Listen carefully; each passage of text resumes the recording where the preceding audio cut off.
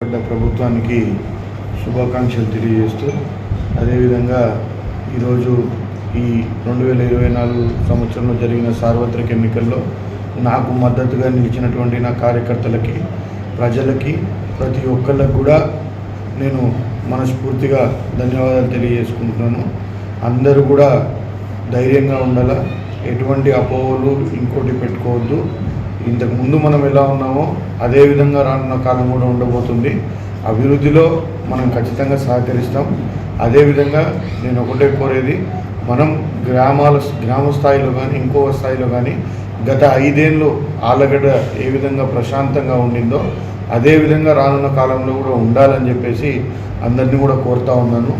అదేవిధంగా ఏ చిన్న సమస్య ఉన్నప్పటికీ కూడా ఎక్కడన్నా కానీ తొందరపడకుండా అందరూ కూడా సమన్వయం పాటిస్తూ ఖచ్చితంగా దాన్ని చట్ట ప్రకారం పోలీసుల దృష్టికి తీసుకెళ్లడము, లేకపోతే అక్కడి నుంచి రెస్పాన్స్ రానప్పుడు మా దృష్టికి తీసుకొని వస్తే అంతకంటే పై స్థాయి అధికారులకు తీసుకెళ్ళి ఖచ్చితంగా ఎటువంటి అసాంఘిక సమస్యలు కానీ ఏవి జరగకుండా మనం ఆలగడ్డని ప్రశాంతంగా ఉంచే విధంగా ఎల్లప్పుడూ మీకు అండగా మా కుటుంబం, మాకు మీరు, మీకు మేములాగా ఎప్పుడు కూడా ఉంటామని చెప్పేసి తెలియజేసుకుంటున్నాను.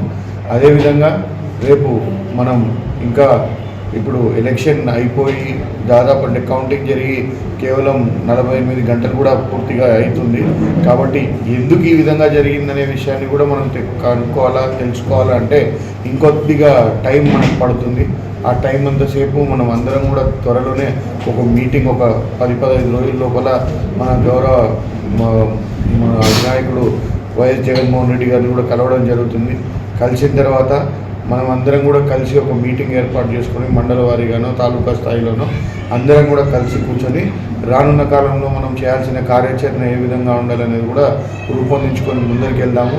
ఎవరే కానీ చిన్న చిన్న విషయాలకి ఎక్కడ కూడా అధైర్యపడద్దు, ఏదున్నా మా దృష్టికి తీసుకురండి అని చెప్పేసి అందరికి కూడా తెలియజేసుకుంటూ ధన్యవాదాలు.